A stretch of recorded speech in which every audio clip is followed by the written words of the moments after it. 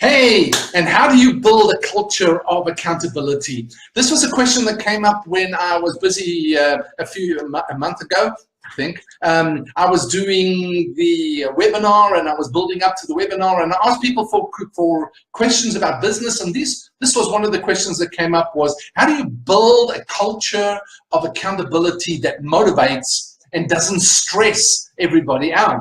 So it's actually quite simple, but it's sort of a hidden thing.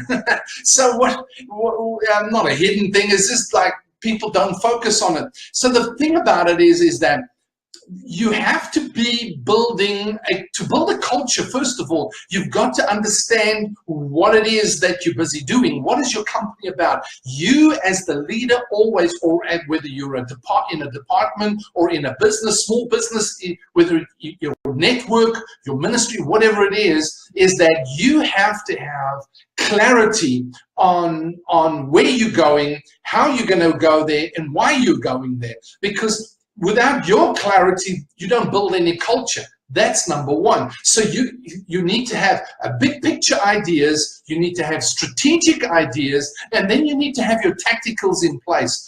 As a company, then every single person in your department, in your business, needs to have a clarity on those areas as well. So for their own life and for their own roles, they need to have clarity in those areas. So they need to understand is what is their big picture ideas, what is their strategic ideas, and what is their tactical ideas, and how does it tie in and align. The accountability comes in when there's alignment. If there is an alignment, now we need to work with them in finding that alignment so that they can all tie in to one big picture, one strategy, and one tactical focus. If you haven't got the focus, if your team members, if your employees or your company is not aligned with where you are going, then everybody's working against each other and within their roles. So you find these silo effects begin to happen within companies,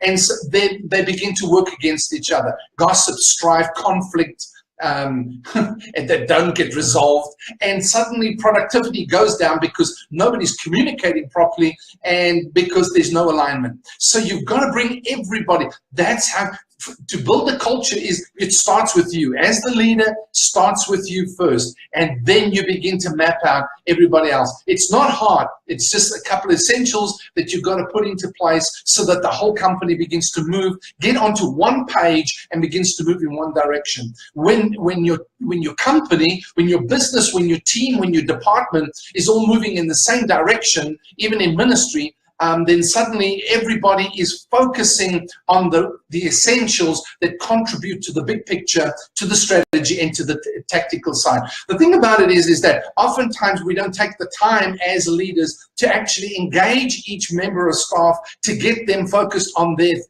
picture. It's a lot of effort, but the effort actually pays off in the long run, because we need to have our team moving in the same direction. So we need to build that culture, and that culture is built from you. You are the one that sets the pace in that. So you've got to first sit down and you have to get clarity, big picture, strategy, and tactical elements of your business, of your department.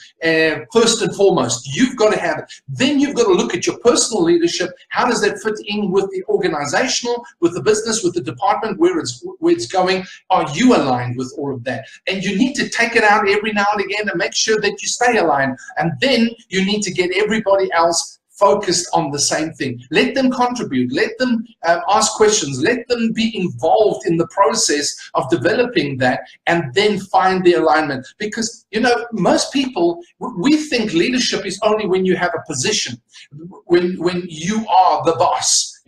But I want to tell you is that good leaders, great leaders, help others to develop their own leadership plan, their own big picture, their own strategic elements, their own tactical elements that they can see themselves developing. What are you doing? What are you setting for your team development? And I'm not talking about the whole team, I'm talking about individuals, because every team is made up of individuals. If individuals are suffering, your team is suffering. If they're not being productive individually, then your team is not being productive, your company is not being productive. And so your results look bad. You're not having the impact you're supposed to have. So you need to inspire them by getting down to actually helping them develop. What is their development plan? What are their key relationships? What are their performance goals? What are their initiatives, etc., etc. You need to be able to help them map that out, and so that they understand it for their lives. It motivates them. They find their alignment. You can then help them bridge the gap when there isn't alignment. You can develop strategy with them, and you can adapt your leadership style then to help every single team member come on board. And it takes a little bit of effort, it takes a little bit of investment, but when you do, you in fact begin to see that something begins to happen, something begins to develop, an impact begins to happen, and your productivity increases. So to develop a culture of accountability that motivates and doesn't stress.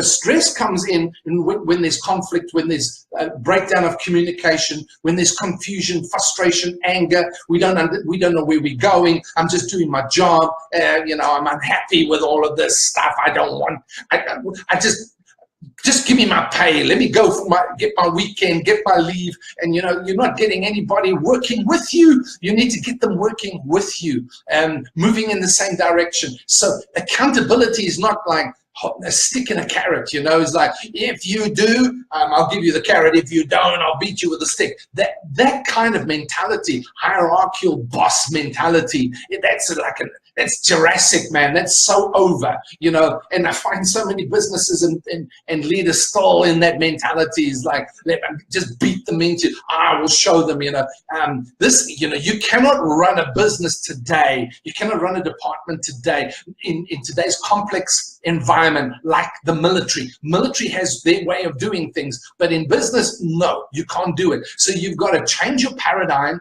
and begin to get everybody aligned.